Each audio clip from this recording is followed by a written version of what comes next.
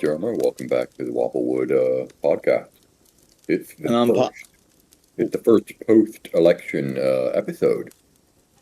We had our wonderful political speculation, and luckily we correct we correctly predicted the election, and Mr. Whips did in fact win. PapaLlama, what that's do you have to right. say about that? I mean, we knew it all along. It was a bit of a risky gamble. The polls were close, but I mean, in the end, I knew it in my heart of heart. Mr. Whips was going to have it.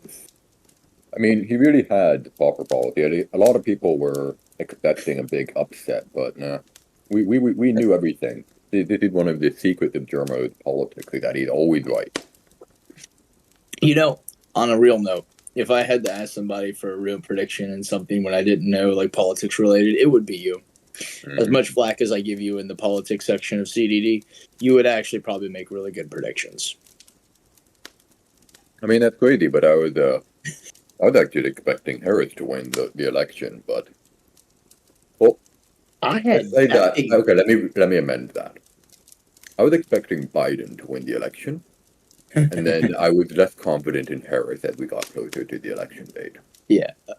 True, true. I think now too we can talk about this. Our producer will have to correct me if we can't, but I think this is worth talking about. Is that I didn't expect that to go the way it did at all whatsoever. Like a complete and utter blowout was in the cards, but it was definitely not expected, and especially with Trump winning the popular vote, that was Oh man. shocking. That was nuts. I Snail said, and I thought it would have been really funny if Trump managed to win the popular vote and lose the electoral college. That would have been the funniest thing to ever happen in American contemporary politics. Like, That would have been great for the memes. oh man, I was actually, I'll admit, I was kind of a little bit hoping that Harris would win because I knew that CDD would just be melting down and I would be able to watch with popcorn. I appreciate that is your driving force. CD2 to melting down. I mean, That's I was funny. happy with whoever won. It would So be bad for the American people regardless. So, yes, yes.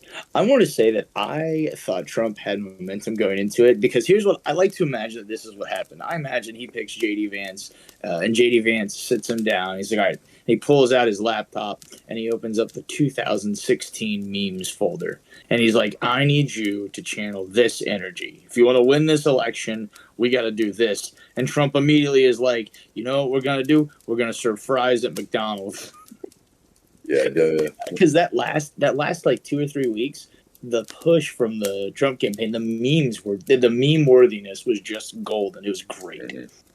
What I found, and this may be one of my more binary traits, was like, okay, McDonald, that was pretty funny. The garbage truck, all right, that was kind of cool. Squirrel? The squirrel? Are you kidding me? And they're like, oh, the squirrel's like Harambe. No, it's not. What are you guys talking about? You guys are I just hallucinating squirrel. this. The funny thing though is the squirrel wasn't even part of the campaign. Like I'm not even sure if the Trump campaign addressed the squirrel. I think I'm pretty Trump, sure that was like straight up the internet doing internet things. I think Trump may have mentioned it in a rally, but like Really? the sudden, oh man, I found it so tiresome. Like the sudden libertarianism that then started popping up, and you'd see it in CDD, and you'd be like, there was some unimaginably stupid meme earlier, which was, oh, I want a government that isn't big enough to be able to do a 5-hour search for a squirrel. And I'm like, I, you I people have thought no idea of what rabies does to people. I thought that meme was funny, but all things considered, I don't want to go too deep there. I don't want to get too much of an actual argument about the politics, but it's interesting that you did not like the peanut memes. I'll give you that. I personally was neutral on them. I found them to be funny, but mainly because there was a lot of good meme worthy momentum at that moment, and it just kind of fell into place. Yeah, Peanut, So I mean, Peanut the squirrel, it's like, the more I looked into it, the more like, yikes. And a lot of the memes were of a nature which I would charge of being subtly un-Catholic. And as such, I couldn't really, like, okay. that makes sense. That makes sense. I could get that. I could get that. But yeah, it was an interesting time. I'm glad it's over. I don't know how it is in your world, in the fancy high tootin' falutin world, but so I'm the grand night of my Knights of Columbus Council, and there probably is a at the meeting. Let me say this: I have been having to encourage people to be kind to each other. I'm supposed to be the young, rash whippersnapper, and if you can imagine, it's me encouraging older dudes to be kind to each other, even if they know each that the other person voted for a different guy, right, or their fellow knights did, because there's so much. I don't know if the word Schadenfreude, but there's so much anger about it right now, and anger from the group that won. I'm like, hey, this isn't what some dude says on CNN or MSNBC. That's not what the guy you actually know is like. Like he just wants to make the world a better place, and he thinks there's a different way to do it, and you're allowed to disagree about that, but you shouldn't be a jerk about it. The really kind of funny because for me, the election's a lot of it, and people are going, "Oh, call us over. Who cares?" Like I haven't seen anyone melting down about the election. Some people are like, "Oh, womp womp. Oops, our guy lost. Who cares?" I think in my circle, more conservatives have watched that show called The View than I've ever heard of. Like they were hate watching it. Oh man, that's the one where that. That's the one with the crazy ladies. That's all I know. They're crazy Yeah, ladies. it's the one with where the Osborne's daughter ended up saying something like, "Oh, Mr. Trump, if you deport all the illegals, who's gonna clean your toilet?" And everyone was like, "Oh, yeah, no, it was." But that's the thing I'm talking about. Like they're like so happy they won, but not in like a good sense. It's like, hey guys, you don't need to hate watch The View. Like those ladies are gonna say crazy stuff. They probably know you're gonna be watching, so they're gonna amp it up to 10. But anyways, it's been fun since then, and in some ways, it's also been very interesting because like believe it or not, Jerma, I have a close friend who's in his 60s and he lives in California, always has. We met through cigar forums, and he and I have had some fantastic discussions about this since then. And you can imagine that he is not a Christian and further left, and he's not so excited about about this situation. So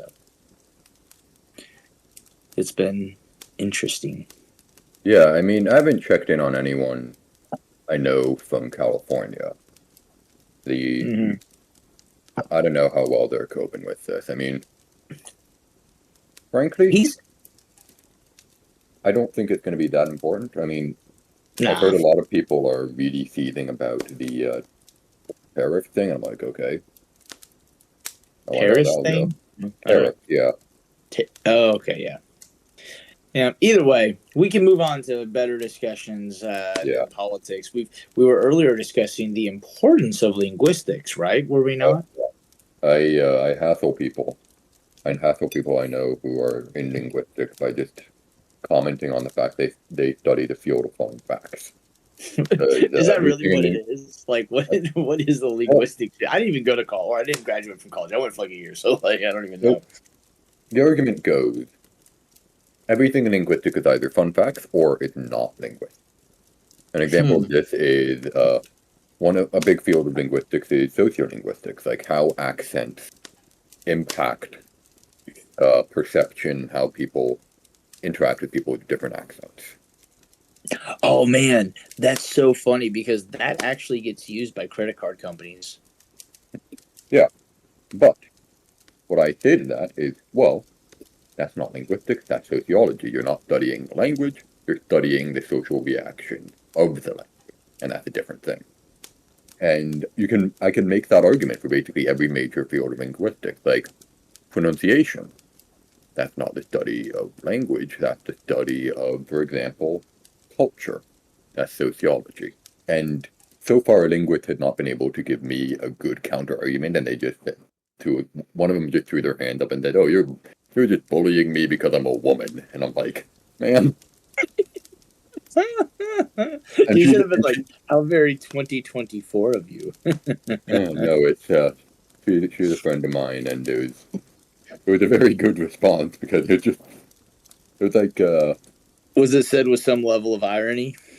Yeah, no, it's just the sort of thing where it's absurd to the point that I just had that kind of reboot. I was like, huh? Oh. And it was like throwing a flashbang. distracting me with something funnier. That's pretty funny. You know, there are. It's an interesting to get like the debates like that. I've watched. I'm not a very good debater, but I have watched people who are good debaters, and sometimes they'll frame something in a way that just makes the other person, like, despite their best efforts to explain rationally and with reason why the way that was just framed is not accurate. They can't get out of it, and it just makes them look bad. Mm-hmm. So it's kind of like that. Yeah. So, The I've seen that. framing is half the fight. That's why I'm always so keen on semantics. And everyone's like, oh no, German is semantics. I will say, I will give you a slight bit of flack on the semantics time thing, because sometimes somebody says something and it's like it's very obvious what they meant, and you'll pick at the word and it's like, nah, just go with what the guy meant. Like, you know what they were getting at. You just got to go with it. Especially when it's me, because like vocabulary, I'm fine with it, but it's not my like number one strong suit. Yeah, it's one of the So things. And then I would get into a disagreement where somebody says something, and what they say and what they mean are two different things. And then when I point out, yeah, no, but what you said means something else, and they're like, that well, was that's you not and me what I earlier. meant. And then I'm like, Something about like finding someone innocent. You're like, can find and someone. you know what I found really awful about that? I was the one who started that discussion. I started that discussion about semantics because I was asking, wait, what do you mean about this? Do you mean that there wasn't evidence? And It that, was funny or watching that there Ender was try to evidence like that walk showed his. that he was not guilty? It And was then, fun watching Ender try to walk his way out of that one. That was pretty entertaining. He kept being dragged back into there's it. just it's always man, one of the suggestions that thread ended up bringing up was following the Department of Governmental Efficiency, the Okay, the Department of Jerma, I think it was called. Let me pull it up exactly. the Department of Dramatic Language, Oh, vocabulary. I don't think it was Jerkabulary. It was oh man, let me wow. I'm trying to find it, but I gotta While you're searching scroll. for this, I just want to say that I love that the department is called Doge, and it's Musk is involved. It's pretty great. Oh man, it's oh goodness. We're about, I think on a social level, like we're about to watch a really fun or terrible experiment unfold over the next 40 Oh man. years. Yeah, no, it's the sort of thing.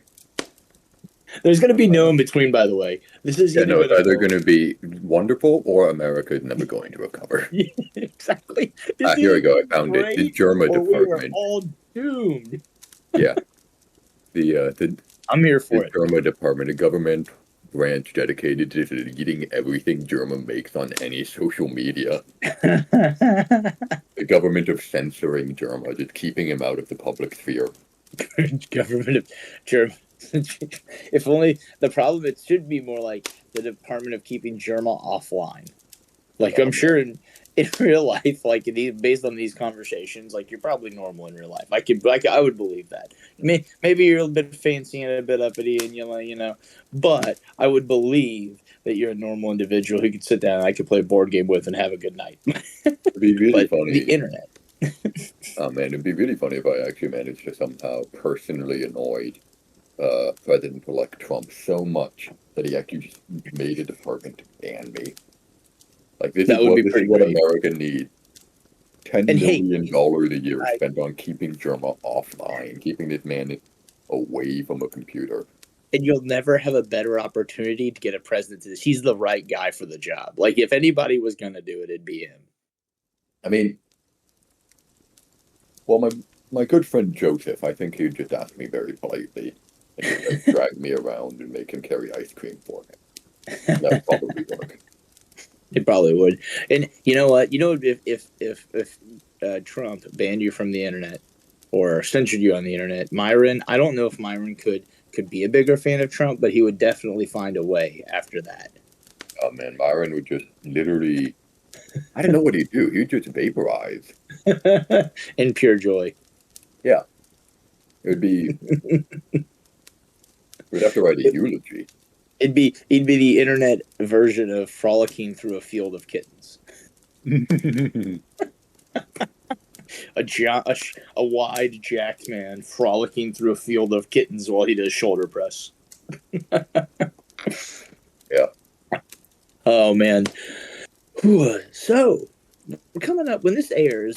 What? Let's change here for a second. When this airs, it's going to be the end of November, correct? Mm-hmm. Like, what? Thanksgiving will be coming right up on us, won't it? For you. Yeah, that's true. You already had Thanksgiving, but American Thanksgiving's coming up.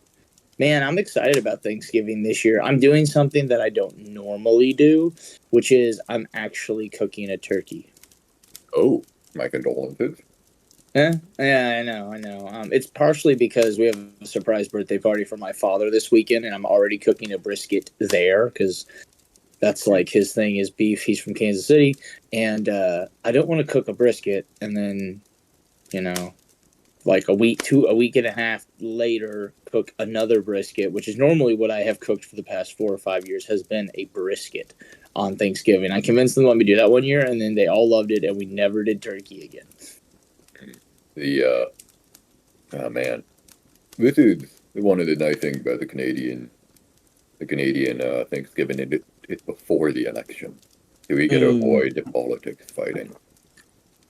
You know, my family has never had that problem. We have had people who think differently. Like we all know that there's not everyone's on the same page, but there's like this unspoken agreement to not get mad at each other at Thanksgiving about these things. The So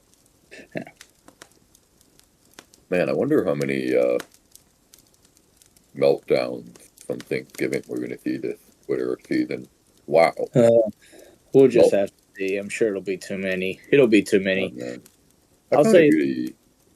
you go. Oh man, I just found it really kind of disturbing how keen people were to like share around meltdowns and whatnot. Yeah, it's part of the internet age, right? People are really prone to put way too much of their life online. And they also, but then the reason they're doing that is because they want people to look at, they want likes, they want views, they want clicks. And the problem is the thing that drives and is successful in gathering likes, clicks, and views and all that are the things that are bad, like emotional rants, ravings, arguments, things that draw up your emotions like that in negative ways. So they do that kind of stuff because it does work on the general, for the general populace. Yeah, it's really sad. I mean, people like to be angry. People being angry means you're feeling something. It's interesting. There's a lot of science behind making people, and you can see it in modern media. Making people angry all the time just seems to work. It seems to be a draw, like more of a draw than anything else. You even see it in MMA. It's funny, like some of the best fighters in the world are nice guys, but they can't draw a crowd or enough pay per view buys. But man, you stick one jerk on there who's a loudmouth who happens to also be really good, and that guy will draw in a million buys. It's weird. Are we losing you? One of the Yep. things I always find kind of weird about combat sports is like you got to get a ton of brain damage from that stuff. You do and you don't. I grew up doing combat sports. In fact, that's all I was really ever good at. Yeah, but Now, you do like the nice light wrestling. It's not punching someone in the face, is it? I did all of it at one point or another, and I did like actual martial arts like that growing up on the side. Wrestling might have been the primary, but I got involved in a few judo tournaments and a few. I did a few. Like I did like some. Like me and my buddies were boxing out in the park in the cove. Whether or not we were good at it. But and then I was an undefeated amateur boxer, and I had like a regional MMA title belt, for a small organization back when it was still like when you could fight outside of the Harley Davidson, and the event was literally called Fights, Bikes, and Babes, because that I was the headliner for a card Nick called that. Wow. So yeah, it was a wild west at the time, but you could get a lot of brain damage. What most people misconstrue is this: brain damage is not gathered in the fight. Brain damage is generally gathered, or any damage you're going to get, long term damage, is usually gathered in practice. I, from a very young age, even in wrestling, was very strict about headgear, safety precautions, things of that nature. I wore the actual padded training gloves when I was training with people. I didn't do a lot of heavy sparring. That was a big thing early on. Lots of people would just go and you could do heavy sparring day in, day out as part of their training, and that wears on you over time. They're finding out obviously now, or they found out over the past decade of MMA that, and boxing even, that this isn't a good idea. So, anyways, lots of that can occur, but you have ways to mitigate it. I personally, it is definitely more dangerous than another sport that doesn't have all that physical contact, but it's not as dangerous as people make it out to be if you follow the proper protocol. I mean, it's not as dangerous as football, where even the top It's level not as during the dangerous. game, you have people just dropping dead from time to time. No. Yeah, football is worse, and arguably boxing is worse because you take so many consecutive blows to the head. I always find it really kind of weird when people are like, "Oh yeah, let's hype up MMA. This is a cool thing to do." I'm like, sure, maybe it could be fun, but you're just It is very making fun. an industry out of It's a lot of fun. You're making an industry out of hurting people, and I'm not sure how good that is. Like, I mean, I don't share that same thing because it's not an industry of hurting people. Like two guys have agreed to follow a certain set of rules and step into a cage, and they're not engaging in mortal combat. They're engaging in like martial. I think would it be martial combat? Like there is, and they are. They will stop. They should stop, as defined by the rules and the referee and the judge, when the time has come. I mean, to me, that's the fairest kind of combat there is. But consider, like the MMA, they put a ton of work into making the fight into something. I see more clips of the scenes before the MMA fight than I see of the fight itself. There's more clips of the two guys, Conor McGregor disrespected the other guy's mother. Stuff like gosh, Conor McGregor. Yeah, that goes back to my point earlier. Yeah, and then in the fight, you see a lot of stuff like, "Oh wow, look how badly he beat the guy. Oh look, he went down with one punch." I see a lot of focus on the violent aspect of it. It's one of the things where people take joy in the violence. I mean, I could say, but those one of my ideas, maybe just make it illegal to televise. I think there's still something to have if you're doing it yourself, or if you're doing it in a small local thing where it's in front of a few people who are there, genuine enthusiasts of the sport. But once you start televising it, once you start making it into a media circuit, then I think it starts to become a bit perverse. Yeah, see, I don't see that issue.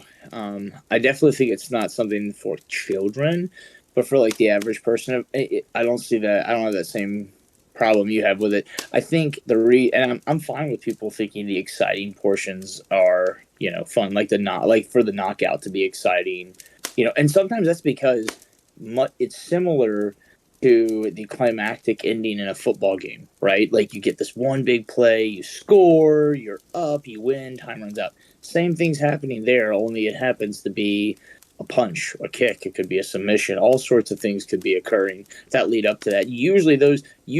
There's always the exception. Usually those things don't come out of nowhere. And in football, they have that problem too sometimes. Was it the Chiefs last week? Like they were down and then somebody blocked a field goal or they blocked a field goal and barely won. Anyways, like usually there's a lot of buildup that leads to that moment. I equate it a lot to soccer even. In soccer, you can watch the flow of the game. You can feel it. You know what's happening. And then eventually typically what happens is a team who's got the flow, has the control, they win. They score.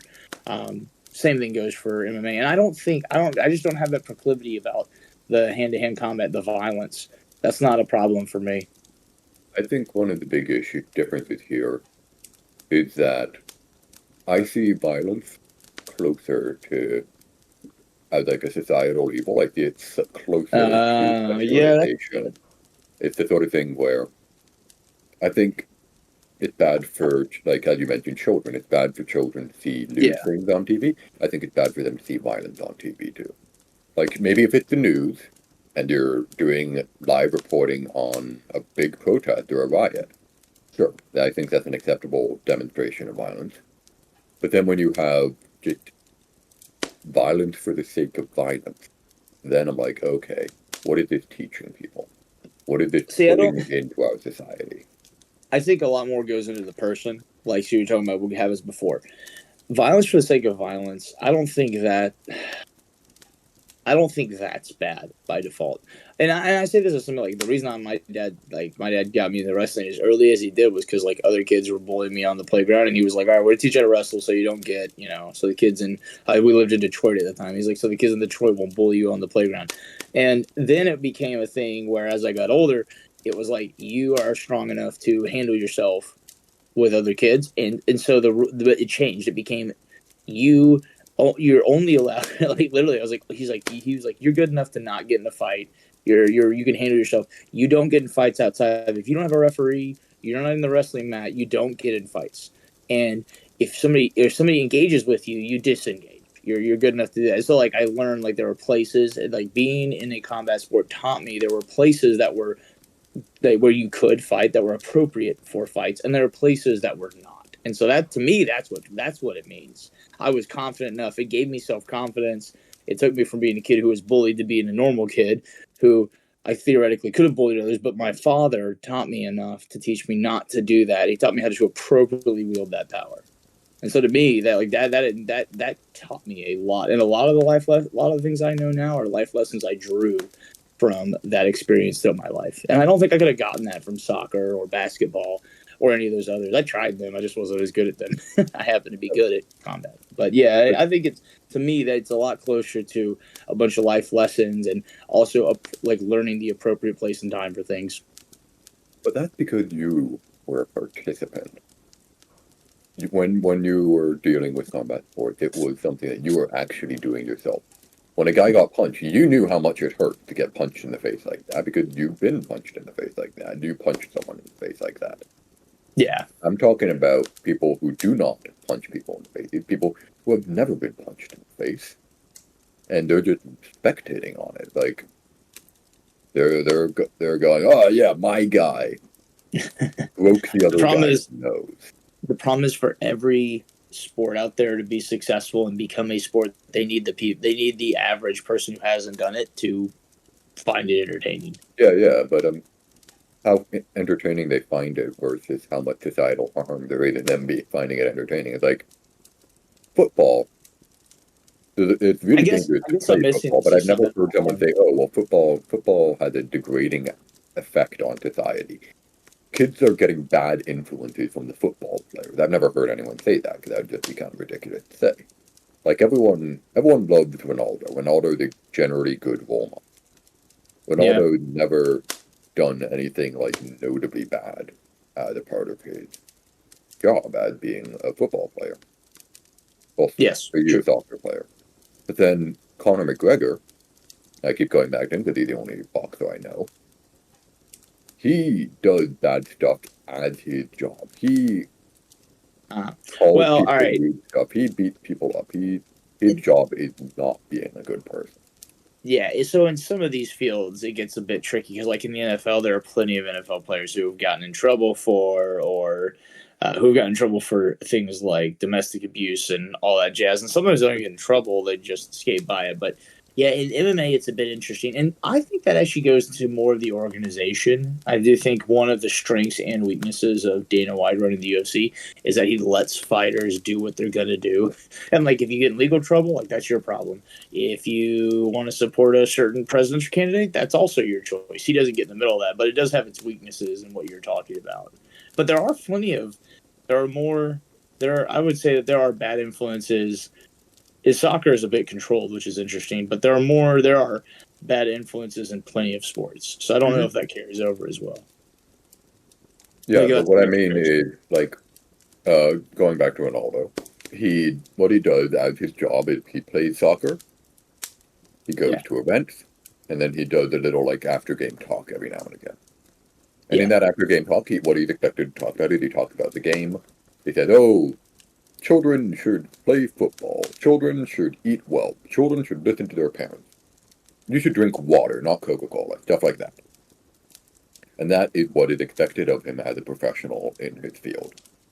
What's expected of Conor McGregor as a professional in MMA is to show up at these events and make himself look big and make his opponent look bad. It is to his advantage. It is encouraged to him that he calls his opponent mean names, so that way his opponent's head get messed up and they lose the battle. It They, is. It is a bit unfortunate that that's the example we're going with here. I'll counter you with that. The one of the this will get hard because I can cite many individual counters here, and a great one is Georges St. Pierre, who's from Canada. You should know about him. Probably the greatest mixed martial artist that ever lived. Also one of the most polite individuals. Never engaged in name calling. In fact, he had a Nick Diaz, who was very rude to him. There have been lots of unsavory comments, and George's response was, "I'm going to let my fighting do the talking," and so he did.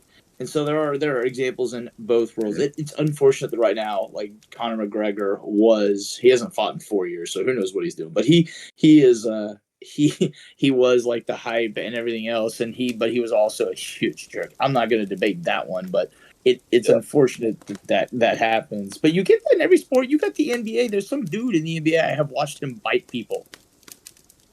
Like, And when in the NBA, when they do that, they get in trouble for it. It is something yeah, where the boss goes, "Hey, whoa, what are you doing? Don't do that."